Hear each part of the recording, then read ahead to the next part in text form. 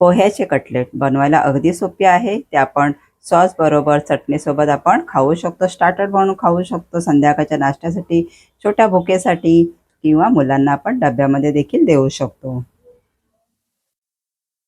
नमस्कार, हर्षदास किचनमध्ये तुमचं खूप खूप मनापासून स्वागत आहे. तर चला, आज आपण बनवणार आहोत पोह्याचे कटलेट. तर मस्त अशा रेसिपीला सुरुवात करूया. इथे आपण 2 कप पोहे घेणार आहोत. हे साधेच पोहे आहेत, जे आपण कांदे पोह्यांना बनवतो तेच आहेत. तुम्ही पातळ पोहे घेतलात तरीही चालतील. आपण पाणी घालूया, म्हणजे नळाखाली धुतले तरीही चालेल.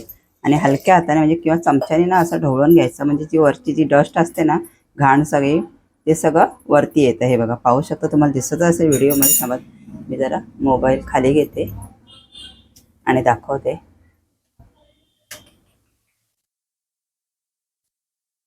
हे बघा, इथे असं काळं काळं असं डस्ट आलेली आहे ना.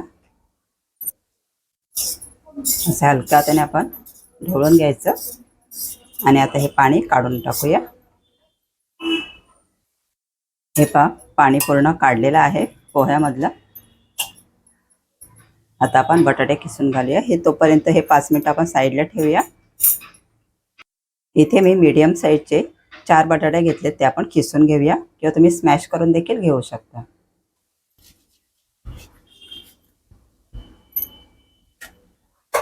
हे बघा, बटाटे आपले खिसून झालेत. आता आपण पोह्यामध्ये घालून घेऊया बटाटे.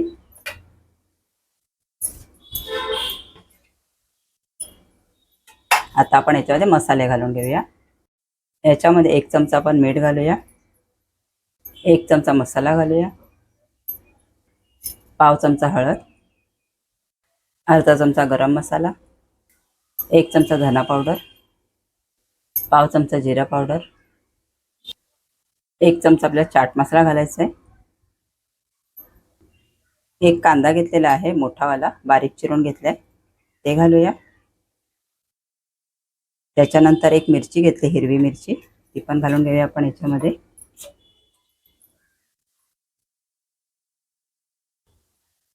कोथिंबीर घालूया भरपूर अशी. आता हे सगळं आपण मिक्स करून घेऊया व्यवस्थित. पीठ मळतो ना तसं अगदी आपल्याला छान असं मिक्स करून घ्यायचं आहे.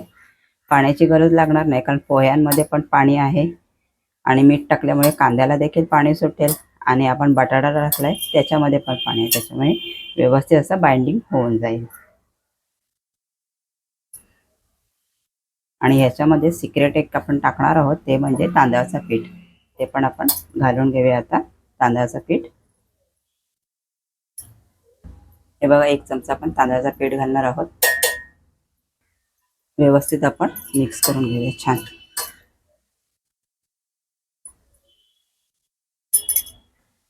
तुम्ही तांदळाचं पीठ किंवा कॉर्नफ्लॉवर घातलात ना तरीही चालेल, काही हरकत नाही. आपण व्यवस्थित असं छान गोळा करून घेणार आहोत. हे बघा, आपला छान असा गोळा झालेला आहे. आता आपण याचे कटलेट करून घेऊया.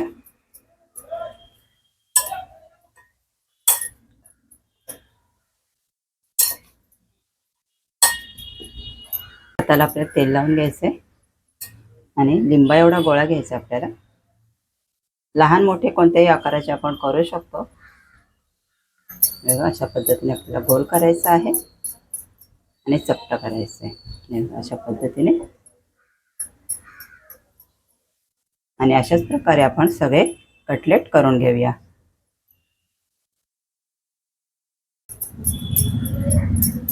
अगदी बनवण्याची सोपी पद्धत आहे.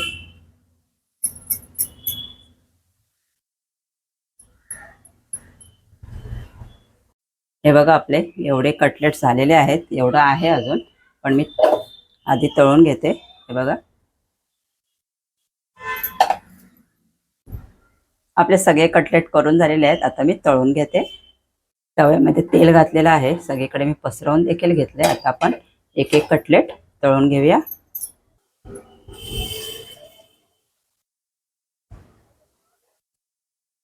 तुम्ही डीप फ्राय केलात तरी पण चालेल, पण मी ऑइल फ्रायच करते तव्यावरती. जेवढे आपल्या तव्यावरती मावतील तेवढे आपण तळून घेणार आहोत.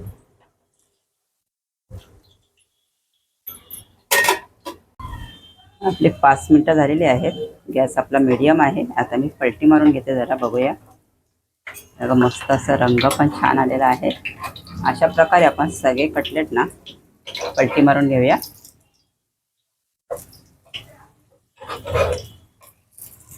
अजिबात चिकटले पण नाहीये, बघू शकता तुम्ही. छान होतात कटलेट.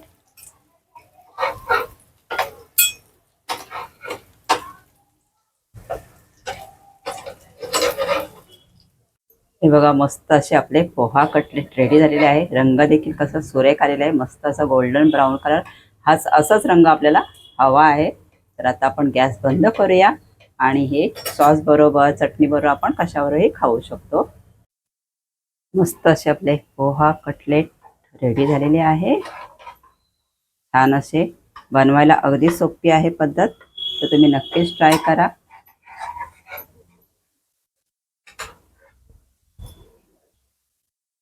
हे बघा मस्त असे आपले पोहा कटलेट आहेत की नाही छान, बनवायला सोपे आणि एकदम टेस्टी. मुलांना तर खूपच आवडतील.